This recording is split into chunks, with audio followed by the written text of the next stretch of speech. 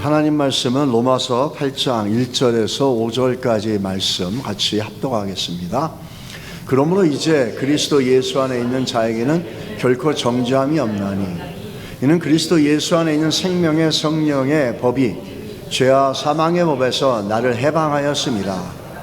율법이 육신으로 말미암아 연약하여 할 수 없는 그것을 하나님은 하시나니 그 죄로 말미암아 자기 아들을 죄 있는 육신의 모양으로 보내어 육신의 죄를 정하사 육신을 따르지 않고 그 영을 따라 행하는 우리에게 율법의 요구가 이루어지게 하려 하심이니라. 육신을 따르는 자는 육신의 일을, 영을 따르는 자는 영의 일을 생각하나니. 아멘. 우리가 오늘 2주에 거쳐서 성령과 성도의 삶에 대해서 살펴보겠습니다. 우리가 이제 사도행전 1장을 마쳤는데요. 사도행전 2장으로 들어가기 전에 좀 우리들이 성령에 대한 성경이 말하는 성령에 대한 예비 이해와 예비 지식이 좀 있어야 될 겁니다. 그래서 2주간에 통해서 성령과 성도의 삶이 어떻게 이어져 가고 또 오늘은 이제 성도의 삶 속에서 성령 세례를 좀 다루고 다음 주에는 성령 충만을 우리가 살펴보게 될 겁니다.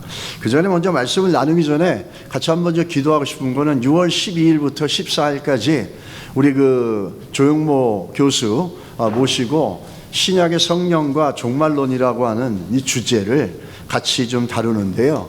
우리가 생각할 때 성령에 대한 이해가 굉장히 협소합니다. 한국 교회는. 성령에 대한 이해가 방언하고 충만하고 이런 어떤 감성적인 것들만 얘기하는데 성경이 말하는 성령이 이 땅에 오신 거는 종말하고 굉장한 관계가 있거든요. 종말의 시작이고 종말의 성취거든요.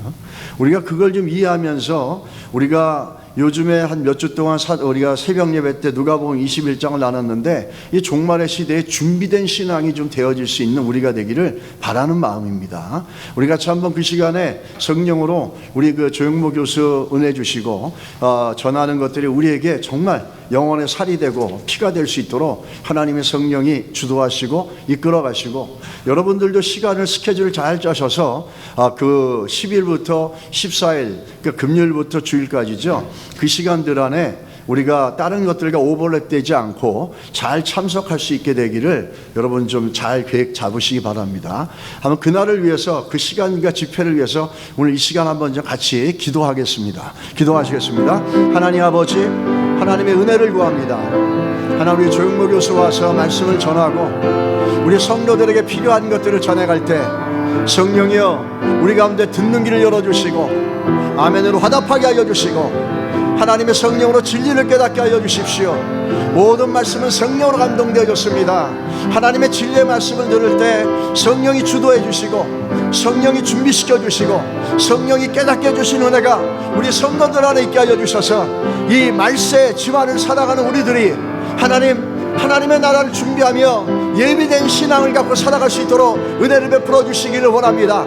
하나님, 우리 마음을 준비시켜 주시고 성령으로 깨닫게 하여 주시고 이끌어 주시는 은혜가 있게 하여 주시기를 원합니다. 성령이여 도와주시옵소서. 성령이여 이끌어 주시옵소서. 성령이여 기름 부어 주시옵소서. 할렐루야, 할렐루야. 좋으신 아버지 하나님을 찬양합니다. 예수님의 이름으로 기도드렸습니다. 아멘. 이 성령과 성도의 삶, 우리가 첫 번째 건데요. 우리가 사도행전 2장에 들어가기 전에 좀 기억해야 될 성령의 이해가 두 개가 있는데 아까도 얘기했지만 The baptism of the Holy Spirit, 성령의 세례가 있고요. The fullness of the Holy Spirit, 성령의 충만이 있습니다. 그 중에 오늘은 성령 세례를 우리가 살펴보게 될 겁니다. 사람이 어떤 존재인가부터 먼저 우리가 성령을 다룰 때 성령에 대해서 얘기할 때 제일 중요한 건 뭐냐면 한번 생각해 봐야 되게 사람은 어떤 존재인가 하는 겁니다. 사람은 어떤 존재인가? What is man? 그거에 대한 데피니션이 다양하죠. 우리가 많이 알고 있는 것 중에 하나가 철학자 아리스토텔레스의 역량으로 말미암아 인간은 political animal, 정치적 동물이다 이렇게도 얘기하고 인간은 복합적인 소리를 낼 수 있고 생각할 수 있는 이성적인 존재고 행복을 추구하는 존재다 이렇게 얘기합니다. 근데 제일 중요한 건 뭐냐면 여러분과 제가 깊이 생각해야 될 건 뭐냐면 성경이 우리들에 대해서 뭐라고 얘기하냐라는 거죠. 인간에 대해서 뭐라고 얘기하냐라는 거죠. 우리 인간은 외형적으로 볼 때 육체라고 하는 어떤 머티리얼이 있어서 유물론적으로 얘기해 나가는 그런 칼 막스의 공산주의도 있습니다만은 우리는 그걸 믿지 않습니다. 유물론은 철저히 성경과 배경되는 우상입니다. 그런데 우리는 뭐라고 얘기하냐면 하나님의 성령이 우리 안에, 하나님의 호흡이 우리 안에 들어와서 창세기 2장 7절에 뭐라고 그러죠? 생영이라고 그래요. Living Spirit, Living Soul이라고 그래요. 쉽게 말하면 사람은 영적인 존재라는 거예요. 이거를 여러분과 저는 어떻게 이해하는지 모르지만 성경은 분명히 우리를 영적인 존재라고 얘기해요. 영적인 존재가 아니면 구원받을 필요도 없거든요. AI야 로봇하고 그런 것들이 이제 나오면서 사람에 대한 정의들이 깨어져 갈 거예요. 무너져 갈 거예요. 우리가 앞으로 살아갈 우리 자녀들은 그런 인간이 뭐냐라는 그 정의 자체부터가 혼돈스러울 거예요. 그래서 부모님들이 잘 가르쳐야 돼요. 우리 영적인 존재들이에요. 그래서 우리들에게는 예수 그리스도 보혈로 대속함을 받고 속죄함의 은혜가 필요한 존재들이에요. 근데 성경은 분명히 얘기하죠. 창세기 2장 7절에 뭐라고 합니까? 여호와 하나님이 흙으로 사람을 지으시고 생기를 그 코에 불어넣으시니 사람이 생명이 된지라. Living soul, living spirit이 됐다라는 거예요. 이게 성경의 적입니다. 또 그것뿐만 아니라 이 사람의 존재에 대해서 호칭도 두 가지로 나눠져요. 특별히 레위기서에 보면은 우리가 나중에 언젠가 또 우리가 레위기서를 다루고 싶은데 하나님이 좀 감동을 안 주셔서 제가 못하고 있습니다. 근데 주면 다루고 싶습니다. 그럼 여러분들이 굉장히 불편하실 것 같아가지고 제가 레위기를 안 다뤄요. 왜냐하면 헌금 얘기가 나와야 되고 여러 가지 나오니까 불편한데 또 그걸 아멘으로 받아들이면 큰 복이 있을 줄 믿습니다. 아멘들을 안 하시네. 네. 그 레위기 1장 2절에 보면은 여호와께서 회막에서 부르십니다. 모세를. 회막을 갖다가 혼돈할지 말아야 될 것은 출애굽기 30장인가 후반에 보게 되면은 어떤 게 나옵니까? 이스라엘 백성이 황금 송아지를 갖다가 만들어서 우상을 숭배하잖아요. 그러고 내려와 가지고 하나님께서 어떻게 하냐면 이들과의 관계가 멀어졌다라는 걸 상징적으로 얘기하기 위해서 진영 바깥으로 나가서 회막을 치라 이렇게 얘기합니다. 그 임시죠. 그 회막도 미팅 플레이스라고 이렇게 얘기합니다. 근데 여기서 말하는 회막은 그 임시 회막이 아니에요. 여긴 성막이에요. 태버나클이에요. 성막에서 모세를 부르시는 거예요. 하나님을 만나고 싶으시면 예배 자리에 나와야 돼요. 하나님은 예배 자리에서 우리를 부르십니다. 근데 여기서 부를 때 두 종류의 사람을 불러요. 첫 번째 성령은 사람은 뭐냐면 이스라엘 자손, The Sons of Israel. 하나님의 약속에 대한 백성들. 그리고 또 하나는 뭐냐면 누구든지 이렇게 얘기합니다. 일반적인 사람들을 얘기하는 거예요. 여기서 누구든지라 얘기할 때 히브리어는 누구든지를 뭐라 하면 네페시라고 얘기합니다. 네페시를 사람으로 얘기하는 거예요. 사람은 네페시라고 그러는 거예요. 네페시는 무슨 뜻이냐? Living soul이라는 거예요. 인간은 영적 존재라는 거죠. 그래서 예전에 플로이드라고 하는 그 심리학자가 나오기 전에는 인간을 얘기할 때는 한 명, 두 명 이렇게 하지 않고 뭐냐면 한 soul, 두 soul 이렇게 얘기했습니다. 영적인 존재라는 거예요. 배에 몇 명 있습니까? 그러면 12명 있습니다 이렇게 얘기하지 않고 한 12 souls on the ship 이렇게 얘기했다라는 거죠. 근데 프로이드 이후에 그 다음에 셀프가 됐어요. 나는 나야, 너는 너야. 셀프라는 개념은 하나님께 의존되어진 존재에서 벗어진 겁니다. 인간이 영적 존재라고 하는 건 뭐냐면 하나님을 의존해야 되는 존재라는 거예요. 근데 셀프는 의존 안 한다는 거예요. 그 의미는 그렇게 바꿔버렸어요. 인간이 영적인 존재라는 건 하나님과 관계를 해야 되고 하나님께 의존되어야 되고 더 중요한 건 뭐죠? 인간이 하나님과 가까워지면 가까워질수록 참된 만족을 얻게 되고 인간이 영생을 얻게 되고 하나님과 멀어지면 멀어질수록 그 인생에 참된 만족이 없습니다. 제국형제 바깥에 누가 온 것 같거든요. 한번 나가보세요. 그 참된 존재인 것들이 만족이나 이게 없다라는 거예요.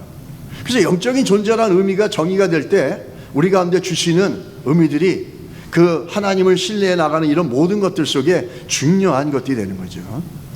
이 사람의 존재, 특별히 이 성령에 대해서 얘기할 때 네페시와 르아우도 얘기하지만 신약에는 또 똑같이 동일하게 뭘 얘기하냐면은 푸뉴마가 있고 그 다음에 푸시케가 있습니다. 푸시케는 네페시아 같이 영적인 존재라는 뜻이에요. 그 루아우와 푸뉴마는 뭐냐면 인간이 하나님의 영으로 채워져서 하나님의 사역을 할 수 있게 되어진 어떤 충만한 상태를 얘기할 때 루하우라 그러고 또 푸뉴마라고 얘기를 합니다. 그 루하우나 푸뉴마는 어디에서 많이 다루냐면 사도행전 2장의 사건들을 통해서 우리는 성령의 충만이라 이렇게 얘기하는 거예요. 이 예수님과 성령과의 관계도 뛸래야 뛸 수가 없습니다. 예수님이 이 땅에 와서 구원의 사역을 완성하는데 중추적으로 함께하면서 그걸 완성시킬 수 있는 힘과 능력이 어디 있었냐면 성령을 통해서 되어지거든요. 예수님이 제일 먼저 이 땅에 오실 때 어떻게 옵니까? 동정녀 마리아에게 성령으로 잉태되죠. 그것은 예수님이 메시아됨에 대해서 그 자격을 놓치지 않으려고 그러는 거예요. 그 성령으로 잉태되어지고 하는 말미암아 죄의 영향력 가운데서 태어나지 않으므로 메시아로서 하나님으로서 그 죄의 영향이 없는 존재가 돼야지 메시아가 되거든요. 그것을 성령이 이루어 주신 거예요. 그래서 우리가 예수 그리스도를 메시아라 그런 겁니다. 2000년 전에 로마에서 유대에서 십자가에 죽은 사람은 수없이 많아요. 근데 왜 예수 그리스도 메시아냐라는 거죠. 그 수없이 많이 십자가에 죽었으면 십자가에 죽은 것 자체가 그게 메시아 되는 자격이라면은 그때 십자가에 죽은 사람들 다 메시아가 돼야 되는 거 아니에요? 그게 아니죠. 메시아가 되기 위해서 첫째 하나님이어야 되고, 둘째 인간의 모습이 있어야 되고, 셋째 인간의 모습이 죄가 없어야 돼요. 그걸 이루신 게 바로 성령이 동정녀 마리아에게 잉태시키신 거예요. 할렐루야. 그럼 믿으십니까? 그래서 메시아가 되시는 거예요. 우리의 구세주가 되시는 거예요. 그것뿐만 아니죠. 이것도 예수께서 이 땅에 오셔서 침례 요한에게 세례를 받을 때 하늘로부터 문이 열리면서 하나님이 얘기하지 않습니까? 이는 내 사랑하는 아들이여 내 기뻐하는 자라 그러면서 그때 비둘기 같은 성령이 강림하십니다. 그러면서 예수님의 사역의 시작이 성령으로 되어지고 또 성령에 이끌려서 40일 동안 광야로 끌려가십니다. 거기서 무엇을 하셨냐? 세 가지 유혹을 받죠. 안목의 정욕, 육체의 정욕, 안목의 정욕, 이생의 사랑에 그 유혹을 받아요. 왜 그걸 받으셨을까? 왜 성령에게 이끌려가서 사단에게, 마귀에게 그런 시험을 겪을 수 있었을까? 그건 뭐냐면 첫 번째 아담이 실패한 영역 속에서 두 번째 아담인 예수께서 들어가서 그 실패를 회복시키는 겁니다. 그게 하나님의 주권을 회복하는 거예요. 그래서 성령에 이끌려서 마귀에게 시험 받는 거예요. 어떻게 성령에 이끌려서 마귀에게 시험 받냐는 거예요. 그 예수께서 십자가 달리기 전에 마귀에게 졌던 첫 번째 아담, 그 실패했던 그 자리에 들어가셔서 성령의 능력으로 그 실패한 것을 회복하고 되돌려 놔야 되는 거거든요. 그래서 하나님의 주권이 죄로 말미암아 상실된 것들이 회복되어지는 거예요. 그리스도로 말미암아. 그런 것들을 다 성령께서 이루시는 거죠. 또 제일 중요한 건 뭐죠? 성령의 능력으로 예수께서 죽은 가운데서 부활하시지 않습니까? 이게 에베소서 1장 20절의 말씀이에요. 그의 능력이 뭐죠? The Holy Spirit. 그리스도 안에서 역사하사 죽은 자들 가운데서 다시 살리시고 하늘에서 자기 우편에 앉히사 이렇게 얘기합니다. 그래서 예수님의 삶도 성령과 나눌 수가 없습니다.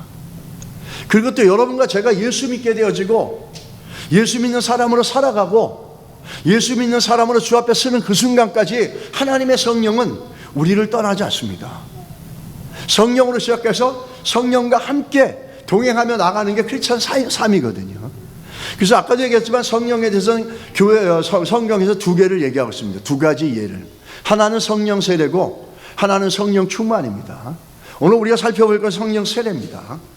성령 충만은 사도행전 2장에서 나오는 사건이고 신약에서는 그걸 루하우라 그러고 구약에서는 그것을 갖다가 우리가 구약에서는 루하우라 그러고 신약에서는 푸뉴아라 이렇게 얘기합니다. 성령의 충만한 상태가 되어져서 죄의 욕구와 죄의 욕망을 성령으로 이겨서 그리스도의 증인이 되어지는 삶이에요. 우리는 여기를 보면 성령 세례가 무엇이냐, 좀 더 여러분 성령 세례에 대해서 좀 구체적으로 보고 싶으시면 주보를 읽으시기 바랍니다. 성령 세례에 대한 내용들을 제가 기록해 놨습니다. 우리 성령 세례라고 하는 것은 예수 안 믿는 불신자가 성령으로 말미암아 예수를 구세주로 믿는 구원의 사건이 시작된 the moment. 그게 우리가 예수를 믿겠습니다라고 하는 고백이 내가 내 능력으로 나오는 게 아니라 성령은 하나님의 은혜로 성령이 우리 안에 거하심으로 그 성령이 우리의 마음과 모든 것을 이끌어서 어떻게 합니까? 믿게 하고 마음으로 믿어서 하나님의 의에 이르게 하고 그 다음에 입술로 고백하게 하는 거죠. 그 사건이 일어나는 시간대가 바로 성령 세례라는 거예요. 예수를 구세주로 믿게 되어지는 것, 하나님의 성령으로 예수를 믿게 되는 거죠. 성령이 들어와서 그 고백을 만들어내시는 거죠. 우리가 고백을 했기 때문에 성령이 우리 안에 거하시는 게 아니에요.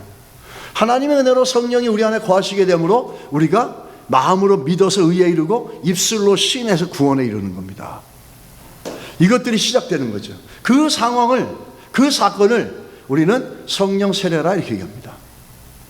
성령 세례, 물론 그러면서 성령이 성령 세례라고 얘기할 때 성령이 이제 우리 안에 들어온다는 거예요. 자, 우리가 차근차근 좀 살펴보겠는데요. 성령은 예수 그리스도를 알고 믿게 해주는 존재입니다. 고린도 2장 8절에 이 지혜는 이 시대의 통치자들이 한 사람도 알지 못하였으니 뭐죠? 예수 그리스도에 대해서 몰랐다라는 거예요. 예수 그리스도의 십자가의 사건에서 이 세상의 통치자들은 전혀 알 수가 없다라는 거예요. 만일 알았더라면 영광의 주를 십자가에 못 박지 아니하였으리라 이렇게 얘기합니다. 그 얘기는 뒤집어 얘기하면은 이들에게는 성령이 없기 때문에, 이들에게는 성령이 임하지 않았기 때문에 그들은 예수가 누군지 몰랐고 예수를 고백할 수 없었고 심지어는 예수를 십자가에 못 박아도 전혀 그것에 대한 부담이나 그것에 대한 어떤 죄책감이나 아무것도 느낄 수 없었다는 거예요. 성령이 없었기 때문에. 그런데 고린도서 2장 12절로 14절에 가게 되면 바울이 얘기합니다. 우리가 세상의 영을 받지 아니하고, 누구죠? 여기서 우리가? 여러분과 저예요. 성도들을 얘기하는 거예요. 성도들은 세상의 영을 받지 않았어요. 성경에는 크게 두 가지 스피릿이 있어요. The Spirit of the world and the Spirit of God. God's Spirit. 우리는 세상의 영을 받지 않았어요. 그건 물론 simple nature이라든지 우리 안에 있는 fleshy desire이라든지 이런 것들과 다 연결이 되는 겁니다.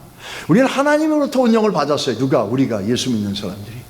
정말 예수가 나를 위해 죽으시고 내가 예수를 믿어서 영생을 얻고 하나님의 자녀가 되었다 믿는 사람들은 그게 내 힘으로 된 게 아니라 하나님의 성령이 우리 안에 들어와서 거하심으로 고백이 되어진 거죠.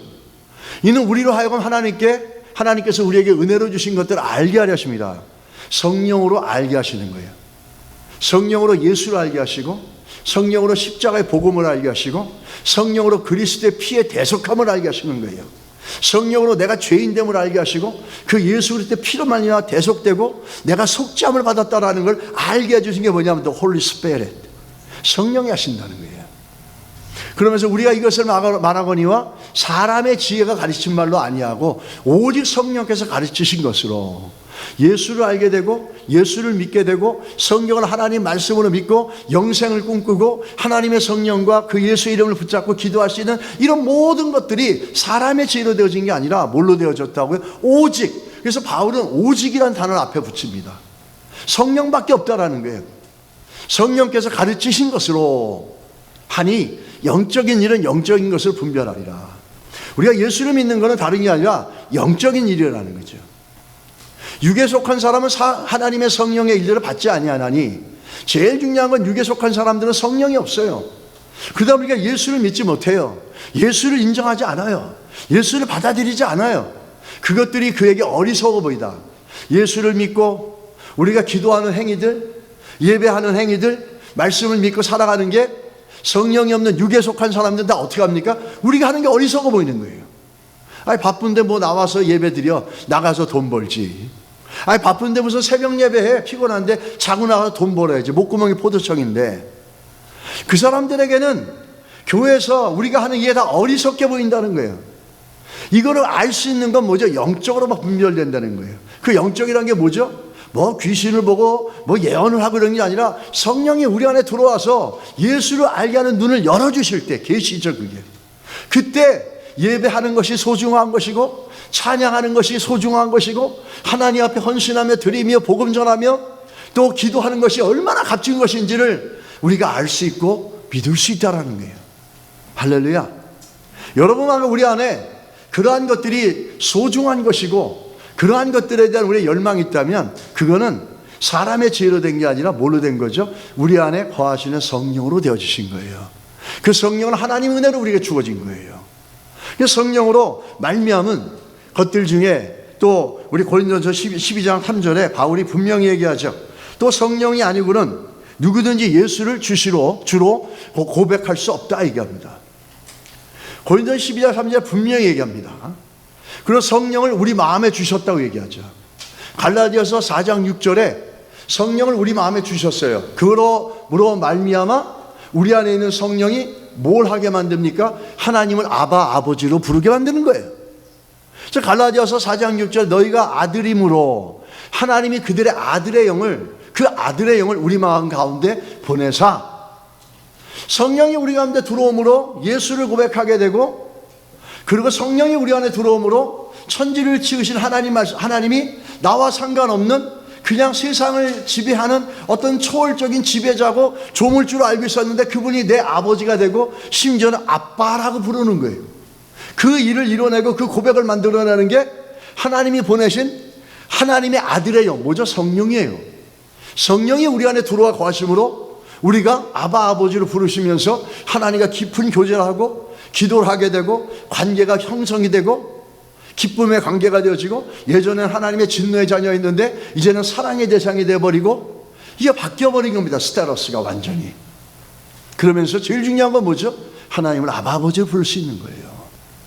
하나님은 좋으신 하나님이세요. 하나님은 좋으신 하나님이세요. 이거를 여러분 기억하셔야 됩니다. 다 알죠? 그래요. 입술로만 그냥 아무 개념 없이 나오는 좋으신 하나님이 아니라 정말 우리 심령에서 성령을 통해서 고백되어지는 고백이 하나님이 좋으신 분이라는 고백이 될 때 우리는 삶 속에서 그 좋으신 하나님을 바라보고 그 좋으신 하나님으로 우리 인생을 살펴볼 수가 있습니다. 그 사람들이 얘기하죠. 교회가 어떻고 사람이 어떻고 우리가 이따 보면 알 거예요. 하나님은 좋으신 분인데 그 교회에 모이는 사람들이 하나님만큼 다 좋은 사람들은 아니에요. 거기에 문제가 있죠. 제일 중요한 건 지금 오늘 여기서 얘기하고 있는 건 갈라디아서는 하나님의 영을 우리에게 주셨다라는 거예요. 우리 안에 거하시는 거예요. 그 결과로 우리가 아바 아버지라고 고백할 수 있다라는 거예요. 이 하나님의 자녀의 신분되어진 걸 보여주는데 이게 구원의 사건이죠. 이 구원의 사건을 이루는 것을 우리가 성령의 세례라 이렇게 얘기를 합니다. 성령의 충만은 사도행전 2장과 같은 사건들을 얘기하는 겁니다. 그래서 그리스도인들의 정의가 여기서 있어야 돼요. 우리가 이걸 보면서 누가 크리스찬인가, 누가 크리스찬인가, 누가 크리스찬이 아닌가, 분명히 아바 아버지라고 부를 수 있도록 아들의 영, 성령을 우리 안에 마음에 보내주셨다는 거예요. 하나님 우리에게 성령을 보냈는데 머리에 보내주셨다는 게 아니라 가슴에 보내줬다는 거예요. 그럼 그게 이모셔널한 겁니까? 아니에요. 성경이 말할 때 마음이라고 하는 건 우리 전체 홀 빙을 얘기하는 거예요. 우리의 전 인격을 얘기하는 거예요. 우리 삶의 가장 중심부를 얘기하는 거예요. 가장 중요한 걸 얘기하는 거예요. 그것을 우리 안에 들어 그렇게 가장 중요한 부분에 가장 모든 걸 얘기하는 그 마음에 성령이 거하신다는 거예요. 그러므로 여기서 우리는 예수 믿는 사람이 누구고 예수 믿지 않는 사람이 누군지 데피니션이 좀 있어야 돼요. 한마디로 말하면 예수 믿는 크리스찬은 어떤 사람이냐? 성령이 거하는 사람이에요. 로마서 8장 9절에 보십시오. 만일 너희 속에 하나님의 영이 거하시면 너희가 육신에 있지 아니고 영에 있나니 누구든지 그리스도의 영이 없으면 그리스도의 사람이 아니니라. 여러분 믿으십니까? 예수 믿는 사람들은 사람이 아니에요. 그리스도인이에요. 왠지 아세요? 하나님의 영이 있기 때문에. 그리스도의 영이 있다라는 거예요. 누가 크리스찬입니까? 예, 예수 믿는 사람. 맞아요. 조금 더 들어가면 누가 예수 믿겠습니까? 내 안에 보내주신 성령으로. 고로 크리스찬들은 뭐죠? 그리스도의 영이 있는 사람이에요. 그리스도의 영이 없으면 그리스도의 사람이 아니니라. 이게 크리스찬들의 정의예요. 교회 나올 수 있어요. 고맙죠. 감사하죠. 근데 뭐 그 교회 나와서 목회자들에게 기쁨이 되고 그게 보다 여러분 영혼과 여러분의 영생의 삶과 또 여러분과 저의 삶 속에 하나님의 인도함을 받아가는 그 크리스찬의 라이프를 살아가는 데 있어서 너무나 중요한 부분이죠. 그런데 교회를 나온다고 했을 때 저 중요한 건 뭐냐면 내 안에 그리스도의 영이 있어서 그것으로 말미암아 그리스도를 고백하고 그 성령의 인도하심을 따라서 기쁨으로 신령과 진정으로 예배하기 위해서 이 자리에 나온다면 더 큰 능력이 있을 줄 믿습니다. 로마서 8장 11절에 또 이렇게 얘기합니다. 예수를 죽은 자 가운데 살리신 이의 영이 너희 가운데 거하시면, 저게 뭐죠? 성령이죠. 성령이 너희 안에 거하시면 그리스도 예수를 죽은 자 가운데 살리신 이가 너희 안에 거하시는 그의 영으로 말미암아, 또 강조하잖아요. 그리스도를 살리신 부활의 능력을 이루신 성령이 너 안에 거하심으로 말미암아 너희 죽을 몸도 살리시리라. 그 말은 뭐죠? 예수 믿는 성도 안에 성령이 거하신다는 거예요. 그래서 그 성령으로 고백하게 하고, 그 성령으로 하나님을 아버지로 부르고, 그 성령으로 하나님 말씀으로 진리로 아는 거, 오직 진리로 알고 영생을 꿈꾸며 이 땅에 살아도 성령의 통치를 받으며 하늘나라를 누리고 천국을 누리고 하나님 나라를 누려가는 삶을 살 수 있다는 거예요. 예수 믿는 사람은 성령이 있는 사람이에요. 그게 다른 거예요, 여러분. 그리고 성령이 우리 안에서 거하심으로 어떻게 할 수 있냐라는 거죠. 자, 여기서 우리가 갖고 있는 일반적인 통념과 다른 게 나와요. 우리가 예수를 믿었으니까 하나님 피스, 평강, 사랑, 기쁨 얘기한대. 근데 로마서 그 7장 8장 2장을 통해서 볼 때 바울은 이걸 얘기합니다. 우리 안에 뭘 얘기해? 두 가지 지배 세력이 있다는 거예요.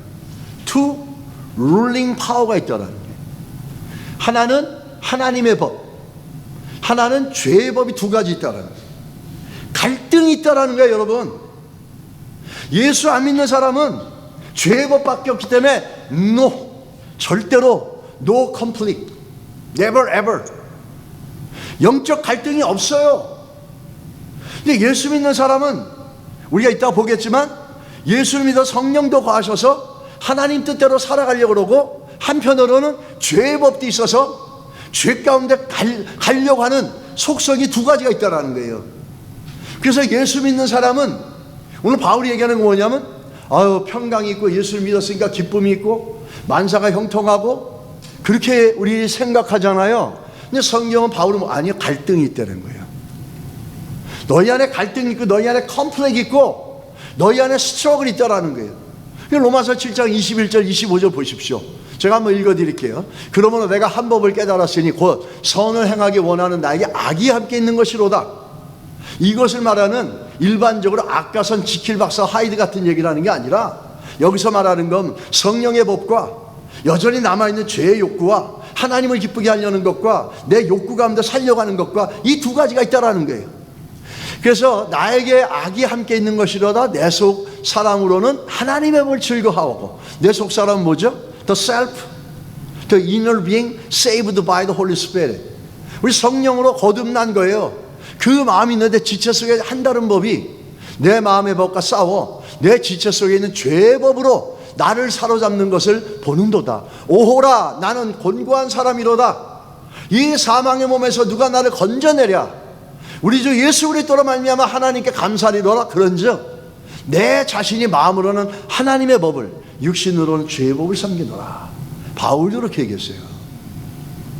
예수를 믿었다면은 모든 것들이 좋아야 되고, 예수를 믿으면은 이 사람이 완전히 거룩하게 되고 완벽하게 되어진 것이 아니라는 거예요. 예수를 믿었어도 여전히 우리 안에 두 가지가 공존하고 있다는 거예요. 하나님을 따라가고 하나님을 기쁘게 하려는 하나님의 법, 성령의 법과 여전히 내 안에 남아있는 죄의 욕구와 욕망이 같이 있다는 거예요. 그거를 갖다가 우리 바울이 로마서 7장 후반에 얘기하고 있다는 거예요. 그러면서 바울도 얘기하죠. 오라, 나는 공고한 자라. 누가 이 사막의 보에서 나를 건져낼까? 왜? 자기가 하나님을 기쁘게 하고 살려고 그러는데 나타나는 행동은 뭐죠? 늘 육체의 것들이 나오고 하나님을 기쁘게 하는 것들이 아닌 것들이 나온다는 거예요. 이 갈등이 있다는 거예요. 여러분, 우리가 예수를 믿으면서 정말 평안이 있고 기쁨이 있고 맞아요, 있어요. 근데 이걸 알아야 됩니다. 우리는 이 갈등의 과정을 극복할 때 정말 그리스도 안에서 평강과 주께서 주시는 기쁨과 그 안에 주시는 컨텐먼트, 만족이 있습니다. 근데 항상 보면 이 갈등 속에서 쓰러지게 되면 우리는 그런 은혜와 복을 누려가기가 어려울 수 있다는 거예요. 하나님의 법과 죄의 법이 같이 있다는 거예요. 어떻게 생각하십니까, 여러분? 그 말씀을 좀 보면서 우리가 또 보는 건데요. 그 예수를 믿는다는 것은 한 번쯤은, 아니 어쩌면 지속적으로 이 갈등을 갖고 살아야 됩니다. 이걸 극복해 나가야 돼요. 예수를 믿는다는 게 늘 하나님의 법을 쫓아가는 게 아니라 우리 안에 죄의 욕구와 죄의 유혹이 오는 거예요. 그래서 교회 오면 성도들, 예수 믿는 사람이 들으면 다 천사 같고 의인 같아야 되는데 그렇지 않잖아요. 바로 여기에서 나오는 겁니다. 그래서 여기에서 어떤 이들은 예수를 믿고 나와도 어떤 이들은 그 가운데서 승리한 사람은 하나님의 법을 쫓고, 어떤 사람들은 예수를 믿어도 여전히 죄의 법 가운데서 끌려가서 마음은 원인데 드러나는 행위는 항상 하나님부터 멀어져 있는 것들이 있다라는 거죠. 그 육체적 욕구와 죄의 법과 하나님의 법, 이 두 가지가 나눠져 있다, 같이 있다라는 거예요. 이게 공존해 가는 거죠. 근데 이 갈등은 역설적으로 예수를 믿기 때문에 있는 거예요. 예수를 믿지 않는 사람들이 갈등은 없습니다. 여러분, 예수를 믿으면서 한 번도 이런 갈등이 없었어요? 내가 하나님을 기쁘게 할 건가? 하나님이 원하시는 것과 이게 하나님이 원하는 선택일까? 하나님이 원하시는 결정일까? 하나님이 인도하심인가? 이런 생각이 있었다면 내가 원하는 것과 하나님이 원하는 게 뭘까? 이 사이에 이런 갈등이 있었으면 감사하십시오. 여러분, 제대로 가고 있는 거예요. 그런데 한 번도 갈등이 없어. 늘 기뻐, 늘 만족해. 내가 원하는 대로 가니까 무슨 갈등이 있겠냐고요. 내가 살고 싶은 대로 사는데 무슨 갈등이 있겠냐고. 그래서 평안해. 하나님이 나에게 은혜 주셔서 내가 이렇게 평안하게 살고 있어. 어떻게 보면 그것도 감사할 일이죠. 근데 한 번도 갈등이 없어서 좀 더 깊이 있게 다루자면 그건 뭘까요? 무슨 의미일까요? 한번 퀘스천을 던져봐요. 내 신앙에 대해서. 내 신앙에 대해서 정말 내 안에 하나님의 성령을 인정하면서 주님을 기쁘게 하려는 하나님의 법이 내 안에 있는가? 있다면은 우리가 뭘 결정하고 뭘 선택할 때 분명히 우리 안에는 하나님의 것과 내가 원하는 육체의 것과 죄의 법 사이에 갈등이 있을 수밖에 없다는 거예요. 갈등이 없는 신앙생활은 그건 건강한 신앙생활이 아니에요. 사실은 갈등이 있을 때 기도합니다. 하나님이 뭐라고 말씀하실까? 어떤 결정을 내려야 될까? 기도하게 되고 말씀 앞에 겸손하게 무릎 꿇게 됩니다. 근데 그게 없는 삶은 그냥 늘 좋은 것 같죠. 근데 그 좋은 게 정말 좋을까요? 우리가 바울이 지적하는 갈등, 우리 안에 두 가지가 있는데, 우리가 한번 바울이 또 다시 한번 얘기하는데 7장 15절에 20절에 가서 보시면 이렇게 얘기합니다. 내가 행하는 것을 내가 알지 못하니 곧 내가 원하는 것을 행하지 아니하고 도리어 미워하는 것을 행함이라. 만일 내가 원하지 않은 그것을 행하면 내가 이로써 율법의 선한 것을 시인하노니 이제는 그것을 행하는 자가 내가 아니요 내 속에 거하는 죄니라. 내 육신에 선한 것이 거하지 아니한 줄 내가 아노니 원하면 내게 있으나 선을 행하는 것은 없노라. 내가 원하는 바는 선을 행하지 아니하고 도리어 원하지 않는 악을 행하는도다. 만일 내가 원하지 아니하는 그것을 하면 이를 행하는 자는 내가 아니요 내 속에 거하는 죄니라. 죄가 이 안에 있다라는 거예요. 여러분과 제가 예수를 믿었으면 죄의 유혹이나 죄의 속성이나 죄의 영향력 안에서 완전 벗어지고 하나님의 성령의 통치를 받아서 완전히 거룩하게 되고 의롭게 되어지고 천사와 같은 삶을 살 수 있으면 얼마나 좋겠습니까? 근데 그렇지 않다라는 거예요. 우리가 이 부분에서 우리의 신앙의 모습을 살펴봐야 됩니다. 이걸 모르면은 우리는 늘 죄의 법 가운데 끌려가면서도 이게 나를 기쁘게 하는 것이 하나님을 기쁘게 하는 것인지 혼돈하고 살아갈 때가 있고 정말 승리를 얻어가지 못할 때가 있다는 거예요. 그러나 오늘 재밌는 거, 바울은 이렇게 패배했는데 로마서 8장 1절로 2절에 뭐라고 합니까? 그러므로 이제 그리스도 예수 안에 있는 자는 결코 정죄함이 없나니 이는 그리스도 예수 안에는 생명의 성령의 법이 죄와 사망의 법에서 나를 해방하였느니라. 와, 아니 죄로 말미암아 쓰러지고 죄의 법 때문에 한락 떨어지고 마음은 원인데 나오는 행위를 보면은 항상 악을 행하고 선하지 못한 걸 행하고 그 죄의 것들을 행하는데 바울이 뭐라 그럽니까? 해방됐다는 거예요. 이게 무슨 의미냐라는 거예요. 아니 맨날 지고 있는데 그 맨날 육체의 정욕과 죄의 법 가운데 쓰러지고 있고 마음은 원이지만 행위로는 악을 행하는데 바울은 반대로 역설적으로 보죠. 사망의 법에서 해방됐다고 그래요. 로마서 8장 1절 2절 너무너무 유명하죠. 그래서 사람들이 자기가 좀 정죄함 받을 때 되면은 내가 사망의 법에서 해방됐다 막 이럽니다. 여러분 그게 맞는 것 같지만 50%가 맞는 거예요. 바울이 이렇게 얘기하는 건 여전히 내 안에 죄의 속성이 있어요. 그리고 하나님의 법도 있어요. 그런데 죄의 유혹을 여전히 받고 있어요. 그러나 법적으로 해방됐다는 거예요. 법적으로. 여러분 한번 생각해 보세요. 어떤 사람이 범죄를 저질렀어요. 그래서 1년 실형을 받았어요. 그 1년을 받아가지고 제일에 가서 1년을 살고 나왔어요. 그러면 이제 법적으로 그 죄에 대해서 어떻게 합니까? 자유한 거죠. 그런데 동일한 일만 터지고 동일한 죄의 범죄가 터지면 형사들이 그 사람을 찾아가. 왜죠? 그 사람 안에는 그 죄를 지을 수 있는 욕구와 욕망이 아직도 남아있기 때문에. 그래서 법적으로 해방된 것과 실제적으로 해방된 것의 차이점을 얘기하는 거예요. 우리가 심지어 죄의 유혹을 받고 살아가고 죄로 인해서 내 안에 죄의 법 때문에 쓰러지고 넘어져도 우리는 어떡하죠? 법적으로는 더 이상 죄인이 아니라는 거예요. 예수께서 대속해 주셨기 때문에. 그러나 실제적으로는 우리 안에 죄의 속성이, 우리 안에 죄의 욕구가, 죄의 법이 여전히 살아있고 여전히 그것에 유혹받을 수 있다는 겁니다. 그거를 알고 로마서 1장 8절에서 2절을 고백한다면 그 사람은 자기가 그 실체를 아는 거예요. 비록 내가 이런 모습이 있지만은, 내 안에 죄의 법이 있지만은, 내가 그래서 쓰러지더라도 그건 죄로 말미암은 것이지 죄가 그 말미암은 거지 내가 그걸로 정죄받지 않는다. 법적으로는 나는 righteous, 의롭다, 이렇게 되어지는 거죠. 사람들이 마찬가지입니다. 예수를 믿게 되면 다 천사가 되는 것 같고 훌륭한 사람들이 되는 것 같고 의인이 되는 것 같고 교회 오면 다 좋은 사람들 같죠? 그건 여러분 굉장히 나이브한 생각이고 성경이 정확하게 말하는 걸 이해하지 못하기 때문에 그렇지 않아요. 성경은 분명히 얘기합니다. 로마서 8장은 두 가지가 우리 안에 지배하고 있어요. 아까도 얘기했지만 예수 믿지 않는 사람들은 하나밖에 없어요. 죄의 법. 예수 믿는 사람은 죄의 법과 성령의 법이 두 가지가 같이 공존해요. 그래서 공존해서 갈등하며 살아가는 거예요. 그래서 어떨 때는 김 집사님이 은혜가 충만할 때가 있어. 그래가지고 은혜가 충만해가지고 정말 뭐 얘기하면 착해도 어느 날 보니까 또 뭐 푹 꺼부러져가지고 막 이상해. 물론 제가 이게 극단적인 예입니다. 그러지 않겠지만 그래서 옛날의 모습을 보고서 집사님하고 갔더니 쌩쌩해. 이거 집사님 왜 이러시지? 왜 이런 게 아니라 그게 우리 안에 있는 모습이에요. 그게 우리가 성령의 법으로 승리하면은 어떻게 됩니까? 은혜가 나와요. 밀물과 썰물 같아. 그 밀물이 쫙 들어오면은 해변이 물로 딱 덮이잖아요. 근데 해가 떠가지고 머리가 쫙 빠져요. 그러면 그 해변 가닥에 깔려있는 조개니 뭐니 지저분한 게 다 드러나잖아요. 바로 그런 거라는 거죠.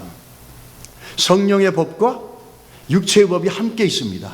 그래서 육신을 그 육체의 법이라고 얘기하고 그 육체라고 바울은 얘기하는데 사르케라 이렇게 얘기합니다. 그 사르케라는 건 뭐냐면 어떤 우리의 육체 몸을 얘기하는 게 아니라 하나님부터 멀어지려고 그러고 하나님을 인정하지 않는 속성이에요. 하나님의 뜻에 순종하지 않을 속성이에요. 그게 사르케예요. 근데 성령은 푸뉴마예요. 그 하나님의 성령의 지배를 받아서 하나님이 기뻐하는 삶을 살고 하나님이 원하신지 무엇인지를 고민하고 기도하며 그것에 순종하며 나가려고 할 때 이 두 가지 세력에 우린 지배를 받고 있다는 거예요. 성령의 지배를 받느냐, 사르케의 지배를 받느냐, 성령 푸뉴마의 지배를 받느냐, 아니면 사르케의 지배를 받느냐. 이게 크리스천 삶이라는 거예요. 그래서 로마서 8장 5절에 이렇게 얘기하죠. 육신을 따르는 자는 육신의 일을, 영을 따르는 자는 영의 일을 생각하니라. 이게 믿지 않는 사람한테 얘기한 게 아니에요. 믿는 사람한테 얘기하는 거예요. 믿는 사람도 성령이 충만하면 성령의 일을, 믿는 사람도 성령이 충만하고 은혜가 밀물처럼 빠져나가면 그때는 육체의 욕구가 올라서 육신의 일을 생각하고 육신의 일을 따라가는 거예요. 그 육신의 지배를 받으면 로마서 8장 6절, 육신의 생각은 뭐죠? 사망이에요. 영의 생각은 생명과 평안이에요. 여러분의 생각을 한번 보세요. 우리의 생각을 한번 살펴보세요. 내가 뭐에 지배받고 있냐? 사르케, 육체의 지배를 받고 있느냐? 성령, 푸니마의 지배를 받고 있느냐? 우리가 만약에 우리 생각 속에서 부활의 믿음을 갖고 생명과 평안을 얘기하고 생명을 일으키는 말을 하고 평안을 주는 일들을 하고 이렇게 되어지는 건 뭐죠?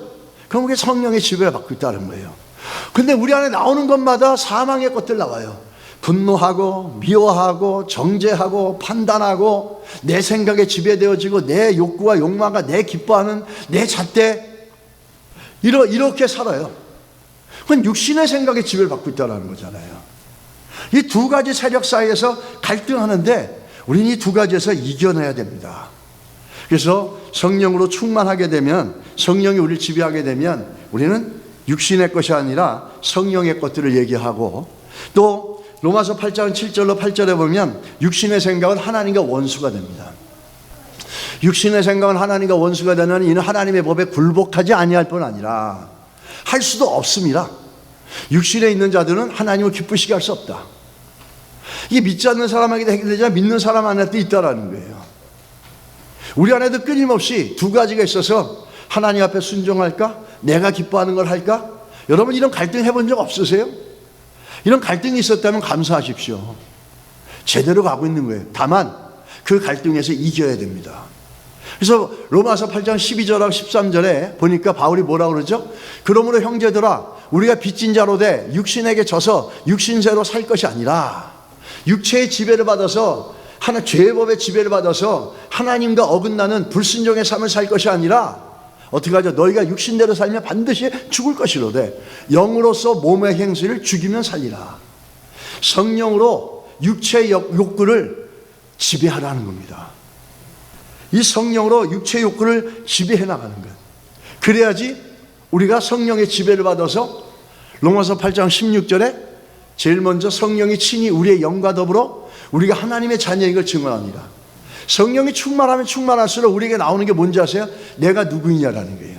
나의 아이덴티티예요. 내 영적 아이덴티티예요. 나는 하나님의 자녀다. 나는 하나님의 아들이다. 나는 하나님의 딸이라고 하는 내 영적 이 아이덴티티가 굉장히 강해진다는 거예요. 한번 생각해 보세요. 내가 하나님의 자녀라는 영적인 아이덴티티가 강한 사람이 저 세상 가운데 가서 죄악의 유혹 가운데서 그 유혹에 따라갈 수 있겠습니까? 정체성이 강한 사람은 내 하나님의 자녀답게 살아가려고 그럴 거예요. 두 번째, 로마서 8장 4절, 육신을 따르지 않고 그 영을 따라 행하는 우리에게 율법의 요구가 이루어지게 하려 합니다. 율법이 얘기하는 성령으로 이루신다는 거예요. 그래서 성령으로 하는 자들은 판단받지 않는다 이런 얘기를 하는데 우리가 그런 게 아니라 우리 안에 성령이 일하심을 말미암아. 그래서 성령이 일하셔서 성령의 지배를 받으면 이렇게 되는데, 이 지배를 받으려면 어떻게 합니까? 몸의 행실을 죽이라. 몸의 행실을 죽이면 영으로, 뭘로? 성령으로, 푸뉴마로 사르케를 지배하면 우리가 성령의 지배를 받아서 의와 희락과 화평이 우리 가운데 있다는 거예요. 여러분 믿으십니까? 성령의 지배를 받으면 의와 희락과 화평이 우리 안에 충만하고 교회 안에 충만하고 가정 안에 충만하고 무엇보다 내 심령 안에, 이게 이긴 것에 대한 증거예요. 그래서 우리 다시 한번 갈등에 대해서 바울이 권면합니다. 몸의 행실을 죽여라. 로마서 8장 12절에 13절. 그럼 어떻게라는 질문이 던지잖아요. 그죠? 그래, 육체로, 근데 이전에 먼저 갈등의 가장 대표적인 걸 잘 보여주는 게 갈라디아서입니다. 갈라디아서 5장 16절에 21절. 너무너무 육체로 행하는 것과 성령을 따라 행하는 것이 너무 잘 나타나 있잖아요. 그래서 갈라디아 5장 16절 21절을 보게 되면 내가 이르노니 너희는 성령을 따라 행하라. 그리하면 육체의 욕심을 이루지 아니하리라. 육체의 소욕은 성령을 거스리고 성령은 육체를 거스리나니 이들이 서로 대적함으로 너희가 원하는 것을 하지 못하게 하려 함이니라. 너희가 만일 성령의 인도하시는 바가 되면 율법 아래 있지 아니하리라. 육체의 일은 분명하니 곧 음행, 더러운 것, 호색, 우상숭배, 주술, 원수 맺는 것, 분쟁, 시기, 분냄, 당짓는 것, 분열함, 이단, 투기, 술 취함, 방탕함, 또 그와 같은 것들이라. 전에 너희에게 경계한 것 같이 경계하노니 이런 일을 하는 자들은 하나님 나라를 유업으로 받지 못할 것이니라. 누굴 얘기하는 거예요? 갈라디아서 교인들을 향해서 얘기하는 거예요. 너희는 하나님 나라의 유업을 받지 못한다는 거죠. 하나님 나라 의와 희락과 화평인데 일단 가시적인 게 아니지만 영적으로 그 의와 희락과 화평이 없는 거예요. 이게 육적인 것들에 지배를 받고 두 가지의 갈등하면 어떡하죠? 너희가 원하는 걸 이루지 못한다는 거예요. 근데 반대로 우리 성령의 지배를 받으면 어떤 열매가 있습니까? 22절에 오직 성령의 열매는 사랑과 희락과 화평과 오래 참음과 자비와 양선과 충성과 온유와 절제니 이 같은 것을 금지할 법이 없느니라. 그리스도 예수의 사람들 육체와 함께 그 정욕과 탐심을 십자가에 못 박았느니라. 만일 우리가 성령으로 살면 또한 성령으로 행할지니라. 성령의 지배를 받으면 육체의 것들은 죽는다는 겁니다. 그래서 바울은 몸의 행실을 죽이고 성령으로 지배받으려면 어떻게 해야 되느냐? 마지막에 권면이 뭐죠? 기도하라는 거예요. 이게 바울의 권면이에요. 어떻게 성령의 지배를 받고 인도하심을 받는 삶을 살 수 있을까? 바울의 결론이에요. 로마서 8장 26절 27절 얘기하잖아요. 이와 같이 성령도 우리 연약함을 도우시나니 뭐죠? 내 안에 있는 죄성, 내 안에 따르고자 죄법을 따르는 그 약함, 이것을 성령이 도우신다는 거예요. 우리는 마땅히 기도할 바를 알지 못하나 성령이 말할 수 없는 탄식으로 우리의 그 연약함과 약함을 하나님 뜻대로 이루어질 수 있도록 기도하고 간구하신다는 거예요. 기도하지 않고, 성령으로 기도하지 않고 여러분과 제가 육체의 지배를 벗어날 수 있을 것 같습니까? 우리가 육체를 입고 살아가는 동안 우리는 하나님의 성령을 의지하면서 우리 약함을 도우시기를 기도하고, 그렇게 기도하지 않는 이상 우리는 육체의 지배를 받을 수밖에 없어요. 교회 올 때 성도들이 다 천사 같고 의인 같으면 얼마나 좋겠어요. 그런데 그렇지 않다는 거예요. 왜? 어떤 성도는 성령의 지배를 받아서 성령의 행하심과 성령의 것들로 열매를 맺어가는 사람이 있냐면, 예수를 믿어도 여전히 육체의 지배를 받아서 몸의 지배를 받고 몸의 그 육체의 죄법을 따라가는, 그래서 예수를 믿지만 덕이 안 되고 열매를 맺지 못하는, 갈등과 분쟁만 일으켜 나가는 사람들을 볼 수 있잖아요. 그런 사람 보고 시험 들지 마세요, 여러분. 그럴 수밖에 없어요. 나도 그럴 수 있어요. 나도 하나님의 은혜로 성령으로 붙잡히지 않으면 언제 부정적이고 사망의 말이 나가고, 생명의 말이 아니라 부활의 말이 아니라 사망과 부정과 불평과 원망이 나가고 분열과 갈등을 일으킬 수 있는 사람이 나예요. 그것도 여러분도 마찬가지예요. 저 사람 왜 저래 하고 정죄하는 여러분도 마찬가지예요.